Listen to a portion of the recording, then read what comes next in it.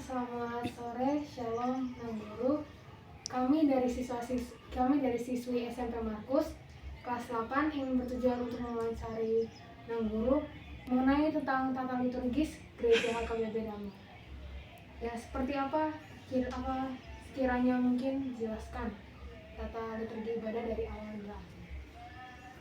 Ya, jadi terima kasih. Tata ibadah di Gereja HKBP Damai itu sama dengan tata ibadah di seluruh HKBP. Adalah gereja Protestan, berbeda dengan Katolik, berbeda dengan Karismatik atau Pentakosta. Jadi kalau HKBP itu Protestan mengikuti aliran yang diajarkan oleh Martin Luther, tokoh reformasi. Jadi urutan daripada ibadah itu pada umumnya ibadah itu dimulai dengan bernyanyi.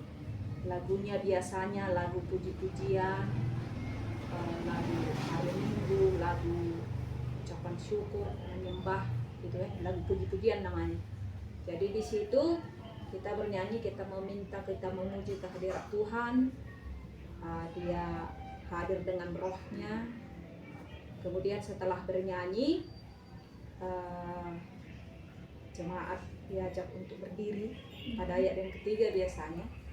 Itu adalah sebagai simbol dan tanda hormat bagaimana kita untuk serentak menyembah Tuhan dengan peribadatan kita, dengan tradisi ibadah kita. Kalau di agama lain kan ada yang ada aturannya ya.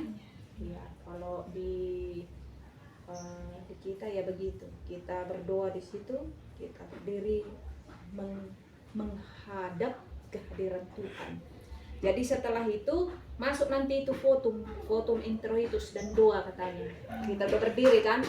Ya, jadi kehadiran Tuhan itu dengan rohnya kita aminkan datang. Maka kan harus hormat ya kalau Tuhan datang. Presiden aja datang, maka barisan prosesi akan memasuki ruangan katanya. Jemaat kami untuk berdiri, begitu. Iya, benar. Iya, jadi tanda hormat itu bahwa kita tidak main-main, tapi kita serius, kita serempak berdiri. Maka dikatakan di situ di dalam votum itu di dalam nama Allah Bapa, Anak dan Roh Kudus. Jadi setiap ibadah harus di dalam nama Allah Bapa, Anak dan Roh Kudus. Kita amini itu bahwa kehadiran Tuhan dengan rohnya akan ada bersama-sama dengan kita di dalam ibadah tersebut. Jadi di situ dikatakan, disebutkan ada sudah ayat-ayat tertentu di gereja kita HKBP, ayat tertentu, contohnya seperti hari Jumat ini. Hari Jumat tentang kematian kan? Iya. Jadi kalau dikatakan di situ kematian, bukan diberitakan tentang kelahiran. Jadi ada ayat-ayat itu. Di dalam votum itu dikatakan bahwa Yesus mati. Kemudian disambut dengan jemaat haleluya, puji Tuhan, baru ada doanya. Itu juga doanya tentang berita kematian Tuhan Yesus. Jadi ditutup amin. Setelah amin, kita duduk kembali, baru bernyanyi.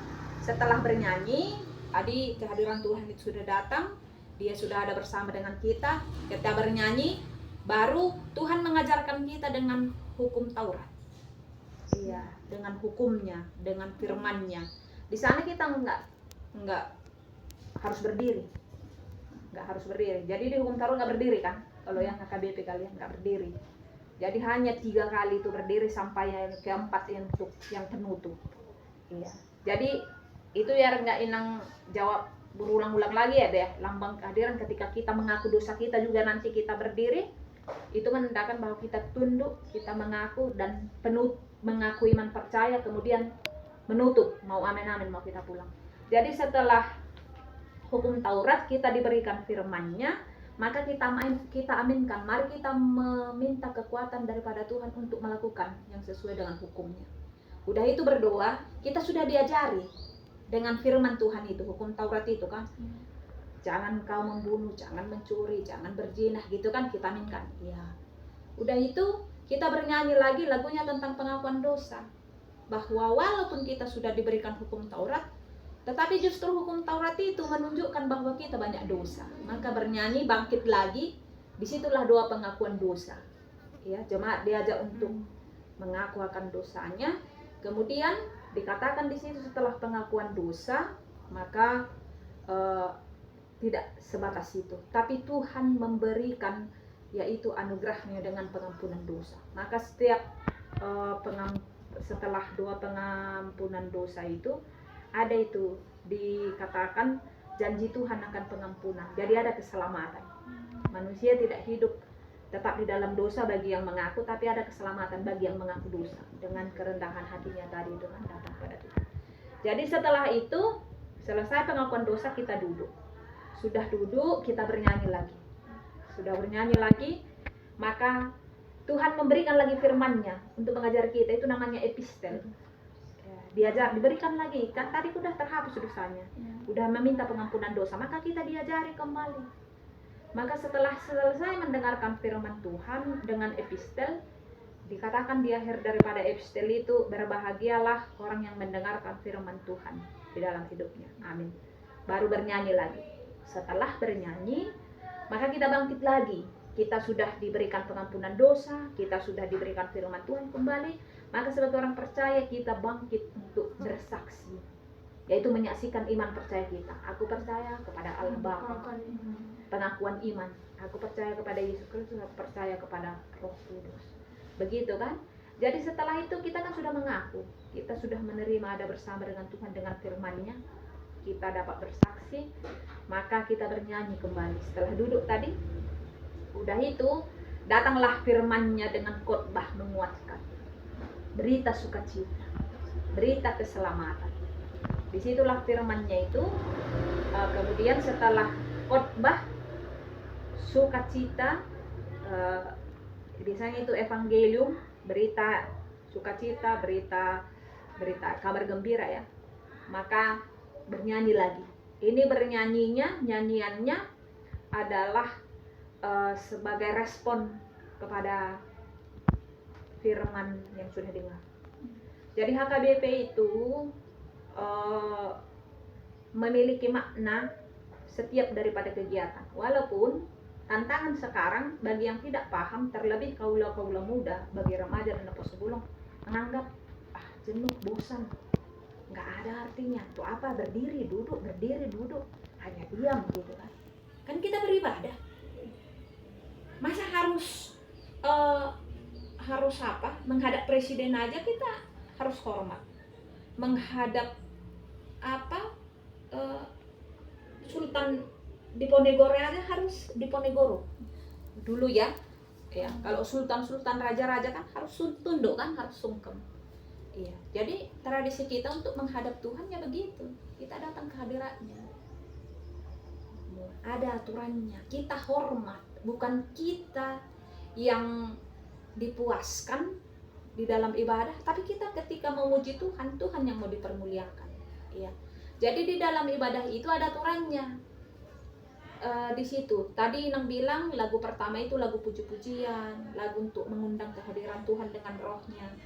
Kemudian lagu tentang firman, pengakuan dosa, lagunya juga dibuat tentang pengakuan dosa. Nggak mungkin disuruh akan bangkit melakukan pengampunan dosa, tapi lagunya segala puji syukur gitu kan contohnya. Bukan gitu, karena kita mau diajak dengan lagu itu membawa kita untuk mengakui dosa kita. Jadi contohnya lagunya di situ kan, mampirlah dengar doaku gitu. Jadi setelah itu kita diberikan sukacita, kita mau mengaku iman kita. Baru setelah khotbah bernyanyi lagi. Jadi tentang apa khotbahnya itu? Tentang itulah lagunya. Makanya lagu HKBP itu sampai 800-an. Iya kan? Jadi ada sesuai dengan apanya. Ada lagu waktu Jumat Agung, ada waktu Paskah, ada tentang kedatangan Roh Kudus, ada tentang kenaikan, ada tentang kematian orang, manusia, ada lagunya khusus untuk meneguhkan keluarga. Ya, jadi ada tersendiri sudah liturgis, itulah namanya liturgisnya, liturgi bukan liturgis. Kalau liturgis orang, ya kan?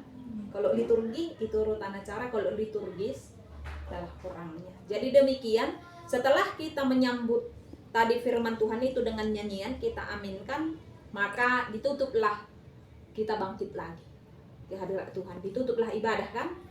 Iya, kebetulan, dan juga di situ ada persembahan, didoakanlah tentang persembahan, didoakan juga tentang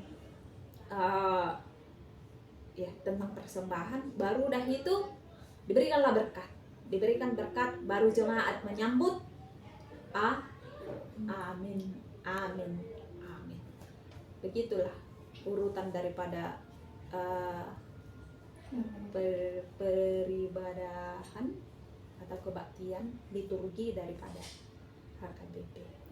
Iya. Jadi begitu biar kalian paham gitu kan. Jadi mungkin setiap gereja ada berbeda, tapi pemahaman itu harus perlu. Oke. Terima kasih banyak atas waktunya. Mohon maaf mengganggu waktunya. Baik-baiklah sekolah.